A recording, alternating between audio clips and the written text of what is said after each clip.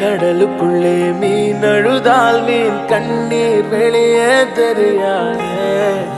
உனை மெல்ல நீ உணர்ந்தால் உன் காதல் என்றும் பிரியாதே. காதல் ஒரு ஆகாயம், அது என்றும் வீழ்வது இல்லையடி. கண்ணீர் ஒரு வெண்மேகம், வீழாமல் இருப்பதும் இல்லையடி.